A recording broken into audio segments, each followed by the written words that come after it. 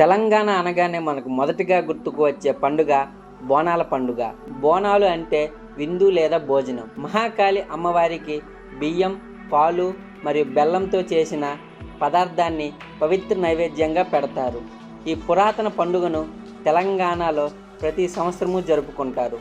ఆషాఢ వేడిలో తెలంగాణ నగర వీధులు డప్పులు మరియు ధూపాలతో మేల్కొంటాయి.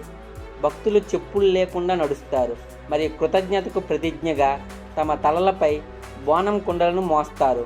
మహిళలు ప్రకాశవంతమైన చీరలు మరియు గాజులు ధరిస్తారు. యువతులు లంగా ఓణిలు ధరిస్తారు. అందరూ అమ్మవారిని ఆరాధిస్తారు. అయితే ఈ బోనాల పండుగ ఎలా వచ్చింది, ఎప్పటి నుంచి జరుపుకుంటున్నారు, ఎందుకు జరుపుకుంటున్నారు, అదేంటో ఇప్పుడు చూద్దాం. అది 1813 ప్లేగు అనే మహమ్మారి హైదరాబాద్ మరియు సికింద్రాబాద్లను చుట్టుముట్టి వేలాది మంది ప్రజల ప్రాణాలను బలి తీసుకుంది. 1813లో ఈ ప్రాణాంతకమైన ప్లేగు వ్యాధి హైదరాబాద్ను అతలాకుతలం చేసింది, అరాచకం సృష్టించింది. అదే సమయంలో హైదరాబాద్ నుండి ఒక సైనిక బెటాలియన్ మధ్యప్రదేశ్లోని ఉజ్జయినిలో శిక్షణ పొందుతున్నారు. ఈ వార్త విన్న ఆ సైనికులు పవిత్రమైన ఆ మహాకాళి అమ్మవారిని ప్రార్థించారు. వారు ఒక ప్రతిజ్ఞ చేశారు. దేవి, ఈ తెగులును నీవు అంతం చేస్తే నీ విగ్రహాన్ని మేము మా జన్మస్థలంలో ప్రతిష్ఠిస్తాము. అంతే, వ్యాధి అద్భుతంగా తగ్గిపోయింది. హైదరాబాద్ నగరవాసులు ఊపిరి పీల్చుకున్నారు. సైనికులు తమ వాగ్దానాన్ని నిలబెట్టుకున్నారు. వారు సికింద్రాబాద్కు తిరిగి వచ్చినప్పుడు మహాకాళి విగ్రహాన్ని తీసుకువచ్చారు.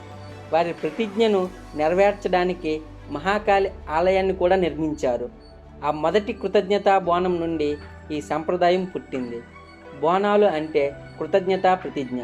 కష్టాలు లేదా అనారోగ్యం తర్వాత, వాటి నుంచి కోలుకున్న తర్వాత అమ్మవారికి ధన్యవాదాలు చెప్పడానికి బోనం సమర్పిస్తారు. బోనం అనే పదానికి తెలుగులో భోజనం అని అర్థం.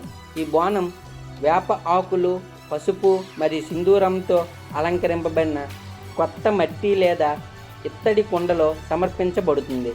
కుండ పైన ఒక చిన్న దీపం ఉంచబడుతుంది. గాజులు మరియు కొత్త చీరతో పాటు ఈ బోనాన్ని ప్రసాదంగా ఆలయానికి తీసుకువెళతారు. ఇది మహాకాళి అమ్మవారికి వినయపూర్వకమైన విందు. తెలంగాణలో మహాకాళిని ఎల్లమ్మ, పోచమ్మ, మైసమ్మ మరియు ఇతర స్థానిక రూపాల్లో పూజిస్తారు. కానీ ఎల్లప్పుడూ దయగల తల్లి మరియు ఉగ్ర రక్షకురాలుగా పూజిస్తారు. కుటుంబాలన్నీ ఆమె పాదాల వద్ద బోనాన్ని ఉంచినప్పుడు అది లోతైన భక్తిపూర్వక చర్యగా భావిస్తారు. వారు హృదయపూర్వకంగా ఆహారాన్ని అందిస్తారు. దేవి తమను ఆశీర్వదిస్తుందని నమ్ముతారు. ఈ పండుగలో మరొక పాత్ర ప్రత్యేకంగా నిలుస్తుంది. అతనే పోతురాజు. పోతురాజుని మహాకాళి యొక్క సోదరునిగా భావిస్తారు. అతను చేతిలో కొరడా, ఛాతిపై కాషాయ రంగు పూసుకొని పాదయాత్రలో ముందుకు నడుస్తుంటారు. పోతురాజు దేవిని రక్షించే శక్తిని కలిగి ఉన్నట్టు జానపద నమ్మకం. అతను తన భయంకరమైన నృత్యంతో దుష్టశక్తులు లేని మార్గాన్ని రూపొందిస్తారని చెప్పుకుంటారు. అతని చుట్టూ కోలాహలం విరుచుకుపడుతుంది. కొంతమంది స్త్రీలు పారవశ్యంలో అకస్మాత్తుగా కూలిపోతారు. కళ్ళు మెరుస్తుంటాయి.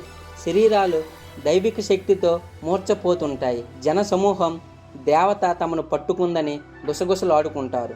ఈరోజు బోనాలు నగరమంతా ఒక అద్భుత దృశ్యం కనిపిస్తుంది. ఆషాఢ ఆదివారాల్లో హైదరాబాద్ అంతటా ప్రధాన దేవాలయాల్లో గొప్ప ఉత్సవాలను నిర్వహిస్తారు. మొదటి బోనాన్ని గోల్కొండ కోటలోని జగదాంబ ఆలయంలో సమర్పిస్తారు. రెండవ ఆదివారం నాడు బల్కంపేటలోని ఎల్లమ్మ ఆలయం మరియు సికింద్రాబాద్లోని ఉజ్జయిని మహాకాళి ఆలయం భారీ జన సమూహంతో కనిపిస్తుంది. మూడవ ఆదివారం నాటికి పాత నగరం సజీవంగా మారుతుంది. ఊరేగింపులు లాల్ దర్వాజాలోని మాదేశ్వరి ఆలయానికి మరియు చిలకల్ గోడ చుట్టూ ఉన్న మైసమ్మ మరియు పోచమ్మ ఆలయాలకు చేరుకుంటాయి. సాంప్రదాయ పట్టు చీరలో మహిళలు డప్పులు, డ్రమ్స్ వాయించేందుకు ఊగుతారు.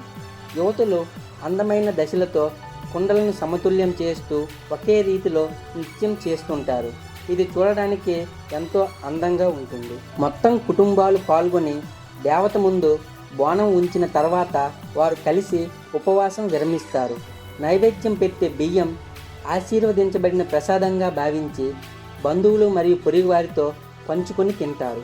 ఇక్కడ ప్రతి వ్యక్తి తన మనుగడ కోసం రక్షణ కోసం కృతజ్ఞతలు తెలుపుతూ ఈ పండుగ నిర్వహిస్తారు.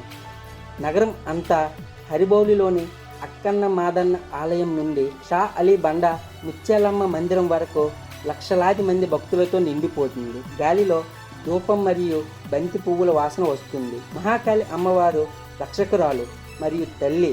ఆమె ఉగ్రమైన చూపుల కింద భయం తొలగిపోతుంది. మనల్ని జాగ్రత్తగా చూసుకోవడమే ఆమె యొక్క ప్రతిజ్ఞ. జై మహాకాళి, జై భవానీ, జై హింద్.